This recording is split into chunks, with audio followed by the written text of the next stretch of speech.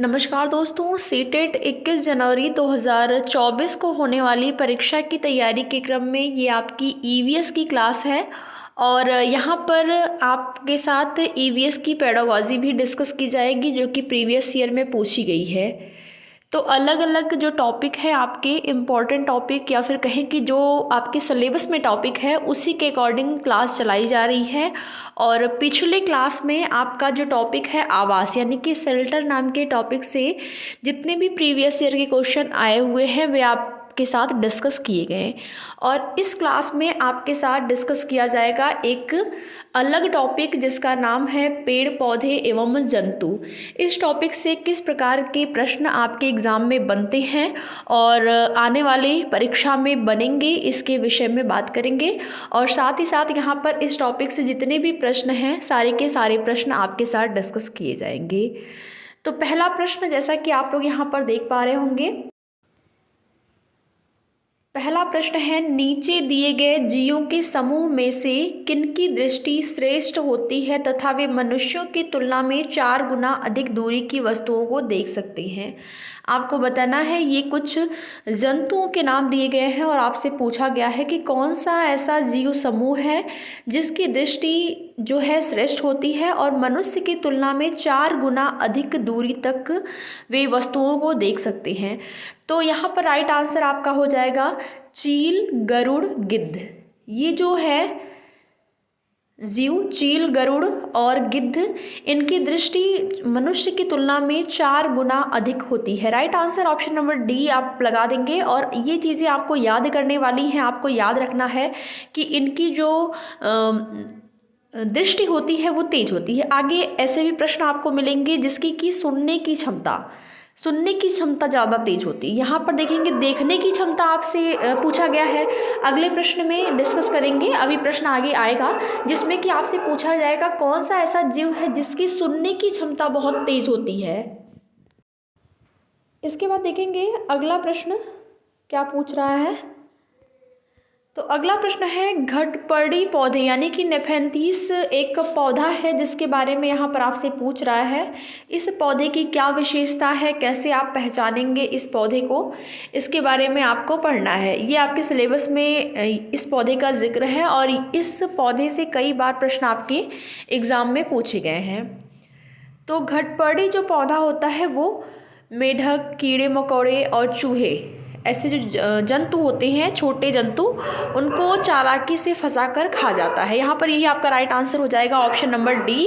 Option number D यहाँ पर right answer हो जाएगा घटपर्णी पौधे के क्रम में। ठीक है, मेढक, कीड़े मकोड़े और चूहों को चालाकी से फंसाकर ये जो है खा जाता है। राइट आंसर यहाँ पर क्या हो जाएगा ऑप्शन नंबर डी। इसके बाद देखेंगे अगला प्रश्न है किस पशु के विषय में नीचे दिए गए विवरण को पढ़िए और उस पशु को पहचानिए। कौन सा ऐसा पशु है आपसे पूछ रहा है, उसकी विशेषता दी गई है, उसकी विशेषता को आपको पढ़ना है और बताना है कि ये किस पशु की विशेषता बताई गई है। ठीक है, यह भालू जैसा दिखता है परंतु भालू नहीं है। एक दिन में लगभग 17 घंटे वृक्षों की शाखाओं से उल्टे लटक कर सोता है। यह जिस वृक्ष पर रहता है उसी की पत्तियां खाता है, लगभग 40 वर्ष तक जीवित रहता है। ठीक है, ये एक विशेषता है। किस पशु की विशेषता है तो ये है स्लॉथ एक स्तनधारी वर्ग के अंतर्गत आने वाला जीव है जो कि दक्षिणी व मध्य अमेरिका में पाया जाता है। ठीक है, ये शाकाहारी होता है। ये भी आपसे पूछ सकता है कि स्लॉथ नाम का जो जंतु है वो शाकाहारी होता है या फिर मांसाहारी। ठीक है, तो आप विस्तार से अगर जानेंगे तभी इसके बारे में पढ़े रहेंगे तभी आप बता पाएंगे कि ये एक शाकाहारी जीव है और स्तनधारी वर्ग के अंतर्गत आता है। कहाँ पाया जाता है तो यह दक्षिण व मध्य अमेरिका में पाया जाने वाला मध्यम आकार का एक शाकाहारी है जो कि 17 घंटे वृक्षों की शाखाओं से उल्टे लटक कर सोता है। और देखने में अगर बताएं तो ये भालू जैसा होता है, लेकिन भालू नहीं है। राइट आंसर यहाँ पर हो जाएगा इस प्रश्न के लिए ऑप्शन नंबर ए। इसके बाद देखेंगे नेक्स्ट है निम्नलिखित में से किसकी सुनने की शक्ति इतनी तीक्ष्ण होती है। सुनने की शक्ति के बारे में आपको बताना है। पहले प्रश्न में आपने देखा देखने की शक्ति, पहले प्रश्न में आपसे पूछा गया था कि कौन सा ऐसा जीव है जिसके देखने की शक्ति जो है वो मनुष्य की तुलना में 4 गुना अधिक होती है, लेकिन यहाँ पर आपसे पूछ रहा है कि कौन सा ऐसा जीव है जिसकी सुनने की शक्ति जो है वो तेज़ होती है, आपको बता रहा है। ठीक है, तो कौन सा ऐसा जीव है सुनने की शक्ति इतनी तीक्ष्ण होती है कि वायु से पत्ते के हिलने की ध्वनि और घास पर किसी जानवर के चलने की ध्वनि में अंतर कर पाता है, कि जो पत्ता है वो हवा से हिल रहा है या फिर कोई जीव के आने की वजह से वो पत्ता हिल रहा है। तो यहाँ पर इस प्रश्न का राइट आंसर हो जाएगा गिद्ध। गिद्ध जो है, सॉरी गिद्ध नहीं, इस प्रश्न का राइट आंसर आपका हो जाएगा बाघ। बाघ एक ऐसा जीव है जिसकी सुनने की शक्ति इतनी तीक्ष्ण होती है कि वायु के पत्ते के हिलने और ध्वनि की घास पर किसी जानवर के चलने की ध्वनि में अंतर कर पाता है। ये गिद्ध गलत हो जाएगा। गिद्ध तो देखने की दृष्टि, अगर पूछा जाएगा देखने की दृष्टि जो कि मनुष्य की तुलना में 4 गुना अधिक होती है, वो होती है गिद्ध की। लेकिन यहाँ पर आपसे पूछ रहा है सुनने की शक्ति, तो सुनने की शक्ति बाघ, यानी कि right answer option number A हो जाएगा। यहाँ पर इस प्रश्न में गलत हो सकता है, टाइपिंग एरर हो या जो भी समस्या हो, तो गलत दिया गया है। अगला प्रश्न यहाँ पर देखेंगे, निम्नलिखित में से वह कौन सा जानवर है जिसके अग्र दांत हमेशा बढ़ते रहते हैं, दांतों को बहुत अधिक लंबा न होने देने के लिए वस्तुओं को कुतरता रहता है। तो यहाँ पर राइट आंसर आपका हो जाएगा ऑप्शन नंबर डी, चूहा। ये आप सारे के सारे प्रश्न आपके प्रीवियस ईयर में पूछे गए हैं, टॉपिक वाइज ही आपके साथ प्रश्नों को डिस्कस किया जा रहा है। अगला प्रश्न है, नीचे दिए गए सभी जानवरों में निम्नलिखित में से कौन सी विशेषता पाई जाती है? छिपकली, कौवा, गौरैया और कछुआ सांप। आपको बताना है कि कौन सी विशेषता पाई जाती है। तो छिपकली, गौरैया, कछुआ सांप, ये चारों जो जानवरों या जीव के नाम दिए गए हैं, जीव के विशेषकर ये जीव हैं, सभी के सभी अंडे देते हैं। राइट आंसर यहाँ पर हो जाएगा ऑप्शन नंबर ए। ठीक है, ऑप्शन नंबर ए जो है इस प्रश्न के लिए राइट हो जाएगा। इसके बाद देखेंगे यहाँ पर अगला प्रश्न है, इस पौधे में पत्तियां हैं जिन्हें सब्जी की तरह प्रयोग में लाया जाता है, इनके बीजों से तेल प्राप्त किया जाता है। बहुत ही आसान प्रश्न है, राइट आंसर सरसों हो जाएगा। सरसों का साग भी बनाया जाता है, यानी कि उनकी पत्तियों का भी प्रयोग किया जाता है, सब्जी की तरह प्रयोग में लाया जाता है, इनके बीजों से तेल प्राप्त होता है। ये कौन सा पौधा है? तो ये है सरसों। इसके बाद यहाँ पर देखेंगे अगला प्रश्न कौन सा है आपके इस टॉपिक से। तो अगले प्रश्न की बात करें, 8वें नंबर का प्रश्न है, निम्नलिखित पक्षियों में से कौन काफ़ी हद तक अपनी गर्दन को पीछे घुमा सकता है? तो काफ़ी हद की बात हो रही है, तो यहाँ पर राइट आंसर आपका हो जाएगा उल्लू। उल्लू एक ऐसा पक्षी है जो कि काफ़ी हद तक अपनी गर्दन को पीछे घुमा सकता है। अगर यहीं पर आपसे पूछ लेता कि कौन सा ऐसा पक्षी है जो कि झटके से अपने गर्दन को पीछे घुमाता है, तो वहाँ पर हो जाएगा मैना। ठीक है, लेकिन यहाँ पर पूछ रहा है काफ़ी हद तक पीछे घुमा सकता है, तो ये हो जाएगा उल्लू। Right answer option number A. अगला प्रश्न है, हाथियों के विषय में नीचे दिए गए कौन से कथन सही है? हाथियों के विषय में आपसे पूछ रहा है, तो हाथी एक इम्पॉर्टेंट टॉपिक है क्योंकि कई बार आपके एग्ज़ाम में उससे प्रश्न पूछे जाते हैं, आपके सिलेबस के अंतर्गत आता है। तो हाथी की विशेषता आपको जानना ज़रूरी है। यहाँ पर ऑप्शन नंबर ए है, 3 महीने के हाथी के बच्चे का भार सामान्यतः लगभग 2 क्विंटल होता है। तो बिल्कुल सही बात है, 3 महीने के जो हाथी का बच्चा होता है उसका जो भार होता है लगभग 2 क्विंटल होता है। राइट आंसर यहाँ पर हो जाएगा option number A. Option number A इस प्रश्न के लिए सही हो जाएगा। अगला प्रश्न है, खेजड़ी वृक्ष के बारे में आपसे पूछ रहा है, खेजड़ी वृक्ष के बारे में सही कथन को चुनिए। तो यहाँ पर 4 कथन दिया गया है, आप बताना है कौन सा कथन सही है। पहला कथन है, यह वृक्ष मुख्यतः रेगिस्तानी क्षेत्र में पाया जाता है। तो बिल्कुल सही बात है, खेजड़ी का जो वृक्ष होता है वो उन क्षेत्रों में पाया जाता है जहाँ पर जो रेगिस्तानी इलाका होता है, यानी कि जहाँ पर वर्षा नहीं होती है वहाँ पर। और दूसरा कथन है, इसे अधिक जल की आवश्यकता नहीं होती है। तो जाहिर सी बात है कि जब रेगिस्तानी क्षेत्र है तो यानी कि रेगिस्तानी क्षेत्र में अगर ये पैसा जो पौधा है उग रहा है तो यहाँ पर जल की आवश्यकता उसको कम ही होगी, तभी उग रहा होगा। तो पहला और दूसरा भी सही हो जाएगा कथन। तीसरा कथन क्या है, यह छायादार वृक्ष है, इसकी छाया में बच्चे खेलना पसंद करते हैं। तो ये भी बिल्कुल सही है, छायादार वृक्ष है, इसकी छाया में बच्चे खेलना पसंद करते हैं। लेकिन चौथा कथन जो देखेंगे, यह अपने तने में जल एकत्र करता है और लोग पतले पाइप से इस जल को पीते हैं। तो ये गलत हो जाएगा क्योंकि ये एक अलग वृक्ष की विशेषता बता रहा है। ठीक है, तो यहाँ पर राइट आंसर आपका क्या हो जाएगा, ऑप्शन नंबर डी हो जाएगा। पहला, दूसरा और तीसरा कथन जो है खेजड़ी वृक्ष के संबंध में सही है। अगला प्रश्न यहाँ पर देखेंगे, निम्नलिखित में से सत्य कथन चुनिए। हाथी के संबंध में आपसे पूछ रहा है, बताया यहाँ पर आपको बताना है कि कौन कौन सी विशेषता है हाथी की। पहला देखेंगे क्या है, कौन सा कथन सही है कि नहीं। पहला है हाथी गंदे पानी में खेलना पसंद करते हैं क्योंकि इससे इनके शरीर को ठंडक मिलती है। तो बिल्कुल सही बात है, गंदे पानी में जो हाथी हैं वो खेलते हैं, पसंद करते हैं खेलना क्योंकि इससे इनके शरीर को ठंडक मिलती है, यानी कथन एक सही हो गया। दूसरा है अधिकांश हाथी दिन में लगभग 10 घंटे आराम करना और सोना पसंद करते हैं। तो ऐसा नहीं है, जैसे कि हो सकता है कि आप ये सोच लें, अगर आपने हाथी नामक टॉपिक नहीं पढ़ा है तो आप ये सोच सकते हैं कि हाथी ज़्यादा भारी होते हैं तो ज़्यादा सोते होंगे। ठीक है, तो इस चीज़ को आपको अपने दिमाग से निकाल देना है, ये आपका भ्रम है। जब तक आप एनसीईआरटी नहीं पढ़े रहेंगे, हाथी के विषय में नहीं पढ़े रहेंगे, हर इंसान को यही लगता है कि बहुत ज़्यादा वजन उसका होता है तो वो आलसी ही होगा।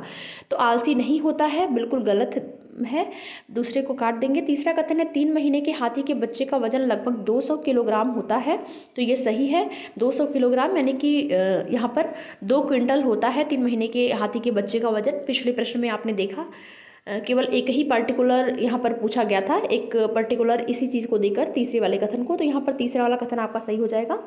चौथा, अधिकांश बड़े हाथी एक दिन में लगभग 100 किलोग्राम झाड़ियाँ और पत्तियाँ खा लेते हैं। तो ये भी बिल्कुल सही बात है, हाथी के संबंध में पहला, तीसरा और चौथा सही हो जाएगा। तो पहला, तीसरा, चौथा किस में है, ऑप्शन नंबर सी में है। Right answer option number C हो जाएगा। अगला प्रश्न है रेगिस्तानी ओक के बारे में सही कथन बताइए। आपको बताना है रेगिस्तानी ओक के बारे में, यह पेड़ ऑस्ट्रेलिया में पाया जाता है। तो बिल्कुल सही बात है, रेगिस्तानी ओक जो है वो ऑस्ट्रेलिया में पाया जाता है। ठीक है, बी क्या है, यह एक विशेष प्रकार का पेड़ है जिसकी जड़ें टहनियों से लटकती हैं। और कथन सी को देख लेते हैं, क्योंकि 3 कथन ही सही होगा इस वृक्ष के बारे में, क्योंकि ऑप्शन अगर आप देखें तो 3 कथन ही दिया गया है, चारों ऑप्शन में 3 दिया गया है। तो ऑप्शन सी अगर देखेंगे, इस पेड़ की जड़ें ज़मीन से उस गहराई तक जाती हैं जब तक ये पानी तक न पहुंच जाए। हाँ, रेगिस्तानी ओक जो है रेगिस्तानी इलाके में जहाँ पर वर्षा नहीं होती है, कम होती है, वहाँ पर पाए जाते हैं। और जड़ें जो है ज़मीन में उस गहराई तक जाती हैं जब तक कि पानी तक न पहुँच जाए। ये बात भी बिल्कुल सही है, सी भी सही हो जाएगा। डी क्या है, इस पेड़ के तने में पानी जमा होता रहता है और स्थानीय लोग पतले पाइप का उपयोग करके इस पानी को पीते हैं। बिल्कुल सही बात है रेगिस्तानी ओक के बारे में, यानी कि यहाँ पर ए, सी और डी, ए, सी और डी, ऑप्शन नंबर बी में आपका ए, सी, डी दिया गया है, यानी कि right answer option number B हो जाएगा। अगला प्रश्न देखेंगे, कुछ जानवर रात में जागते हैं, ये जानवर हर चीज़ को किन रंगों में देखते हैं। तो जो जानवर रात को जागते हैं वे हर चीज़ को काला और सफ़ेद रंग में देखते हैं। राइट आंसर यहाँ पर हो जाएगा ऑप्शन नंबर सी। इसके बाद देखेंगे अगला प्रश्न है, निम्नलिखित में से सही कथन चुनिए। आपको सही कथन का चुनाव करना है। पहला कथन क्या है, जिन जानवरों के बाहरी कान व शरीर पर बाल होते हैं वे बच्चे देते हैं। तो ये बिल्कुल सही बात है। ठीक है, जिन जानवरों के बाहरी कान व शरीर पर बाल होते हैं वे बच्चे देते हैं। या आप यहाँ पर जानवर या फिर जीव, जो सामान्य जीव हैं उनको लेकर भी देख सकते हैं, जिनका बाहरी कान होता है, यानी कि जिनके कान दिखाई देते हैं बाहर से।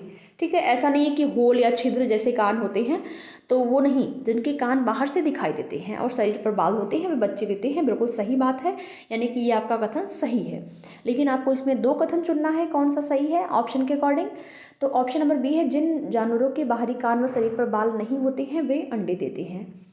तो ये भी बिल्कुल सही बात है, जिनके बाहरी कान और शरीर पर बाल होते हैं वे बच्चे देते हैं, जिनके बाहरी कान और शरीर पर बाल नहीं होते हैं वे अंडे देते हैं, यानी कि ए और बी ये दोनों सही हो जाएगा। यानी कि इस अनुसार देखेंगे तो यहाँ पर राइट आंसर आपका ऑप्शन नंबर डी हो जाएगा, option number D right answer हो जाएगा।